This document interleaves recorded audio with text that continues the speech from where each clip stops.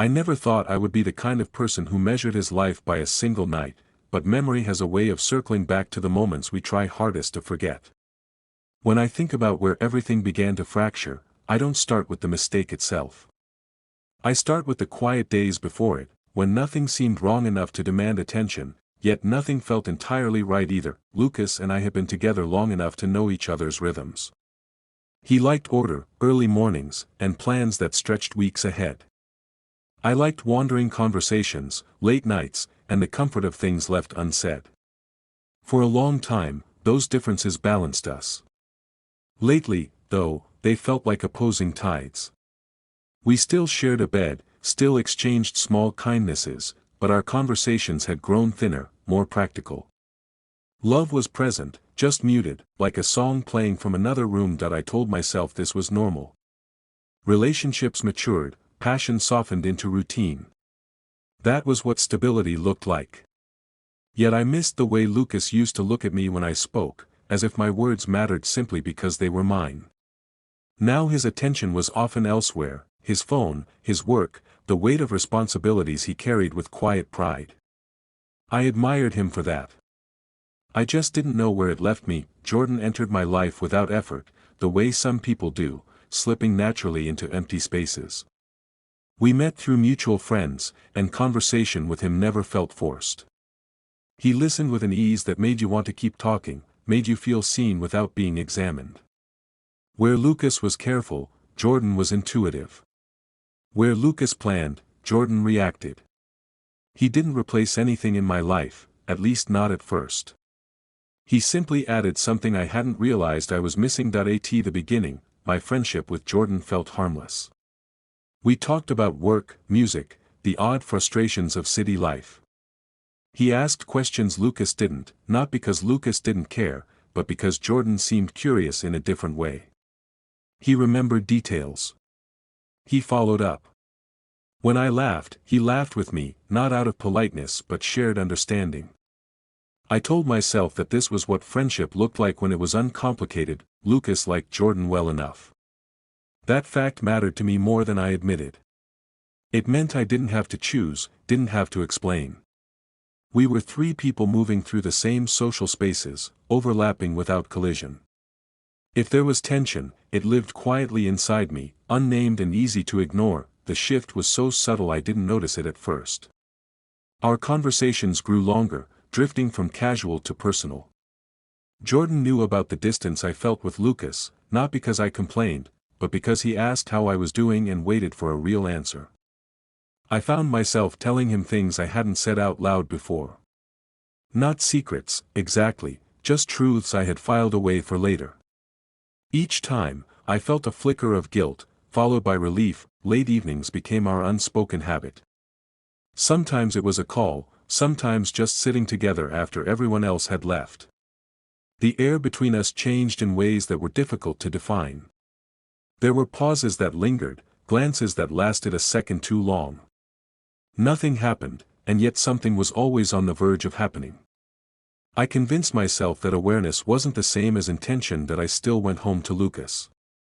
I still kissed him goodnight, still asked about his day. But a quiet comparison had begun, one I never intended to make. With Lucas, I felt secure. With Jordan, I felt awake. The difference frightened me, so I pretended it wasn't there. The night everything tilted began without drama. It was ordinary, almost dull. Lucas was working late, something he'd mentioned in passing over breakfast. Jordan texted, asking if I wanted company, and I said yes without hesitation. When he arrived, we ordered food, talked about nothing in particular, and let the hours slide by unnoticed.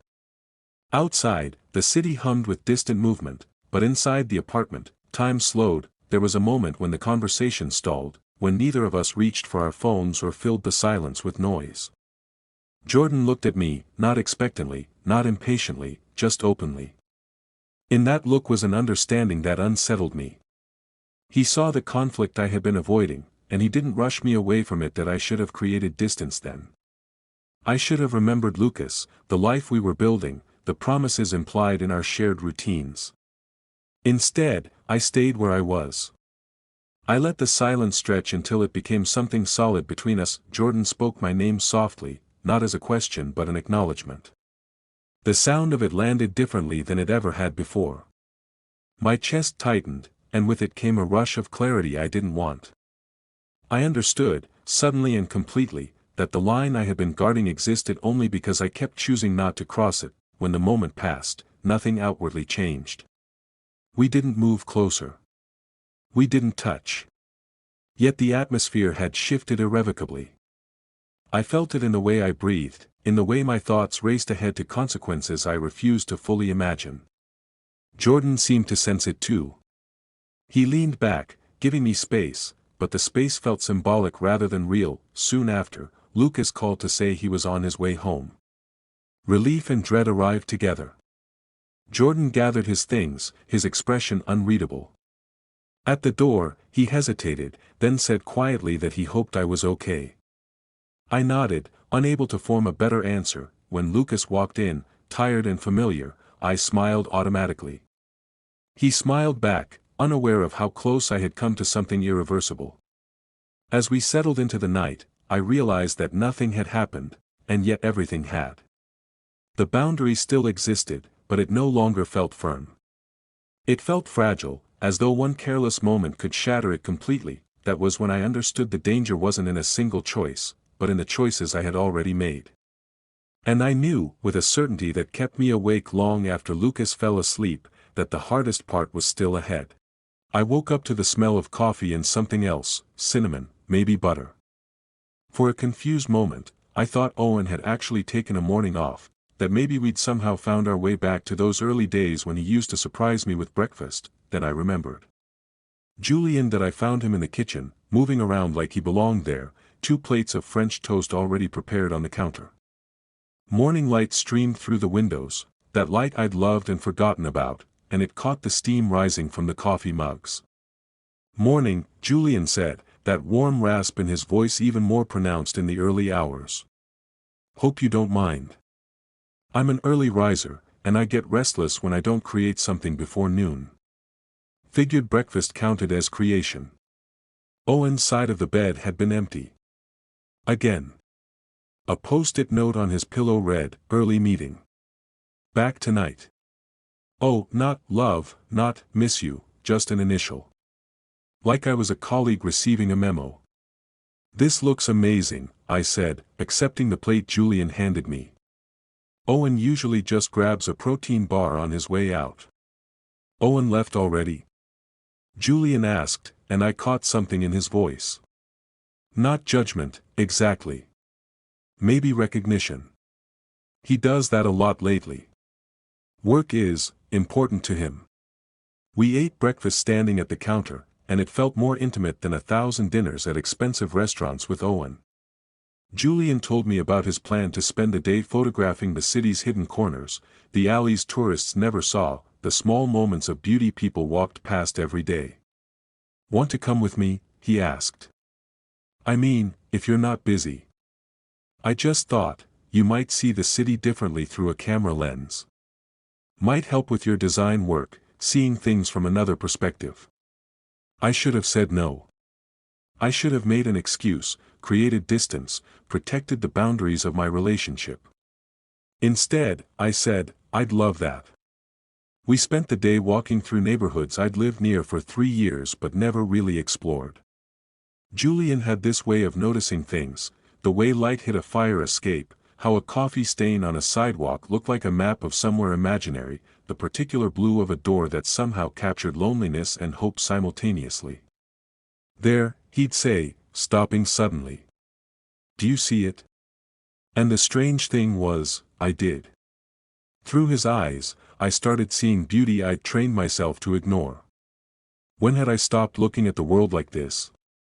When had everything become about efficiency and productivity and long-term financial planning? We ended up in a small park by the river, sitting on a bench while Julian reviewed the photos on his camera. He showed me his favorites, explaining the composition, the story each image told. "This one," he said, stopping on a photo of 2 shadows on a wall, clearly 2 people, but you couldn't see their faces, just the silhouettes of their hands almost touching. This is what I'm trying to capture. That moment before. The possibility. The choice. It's beautiful, I whispered, and I wasn't sure if I was talking about the photo anymore. Marcus, Julian said, his voice dropping lower. Can I tell you something? I nodded, not trusting my voice. I was in a relationship for 5 years. We had everything on paper, the apartment, the shared friends, the plans for the future. But somewhere along the way, we stopped being us and started being a routine. I knew it was over for months before I finally admitted it. He paused, looking at the river. The hardest part wasn't leaving. It was admitting I'd stayed too long out of fear. My chest tightened. What were you afraid of? Being alone. Starting over. Admitting that sometimes love isn't enough if you become different people who want different things. He turned to look at me, and even without seeing his eyes, I felt the intensity of his gaze. But you know what's worse than being alone? Being lonely with someone else. The words hit me like a physical blow because they were so precisely true. I think about leaving, I admitted, the words tumbling out before I could stop them. All the time. But we've built this life together. We have the apartment, we have friends who think of us as a unit, we have history. And Owen's not a bad person. He's just absent. And maybe that's my fault too. Maybe I'm not enough to make him want to stay present. Marcus, no. Julian's voice was firm. Don't do that. Don't make yourself smaller to excuse someone else's choices. You deserve someone who sees you, who wants to know about your day, who cares if you're happy. We were sitting close now, closer than friends should sit.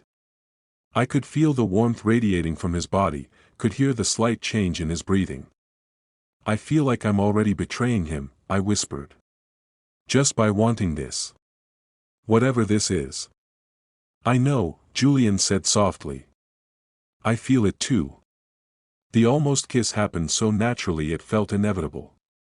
We leaned toward each other, the space between us shrinking to nothing, and I could feel his breath on my lips. Every nerve in my body was screaming yes, finally, this, but at the last second, I pulled back. I can't, I gasped, standing up abruptly. I can't do this. Not like this. Owen doesn't deserve, you're right, Julian said immediately, also standing. I'm sorry. I shouldn't have, no, it's not just you. It's me too. I want to. God, I want to. The admission felt like breaking open. But I can't be the person who cheats. Even emotionally. I've already crossed so many lines just by feeling this way. We walked back to the apartment in heavy silence, the day's earlier joy replaced by the weight of reality. When we arrived, Owen's car was in the parking lot, then my stomach dropped. Inside, Owen was home early for once, his tie loosened, looking tired and somehow older than I remembered. He smiled when he saw us, but it didn't reach his eyes. Hey. You must be Julian. Ethan's friend. Yeah, thanks for letting me crash here. The three of us stood in the living room, and the contrast was painful. Owen, with his pressed shirt and careful distance. Julian, with his creative energy and emotional availability.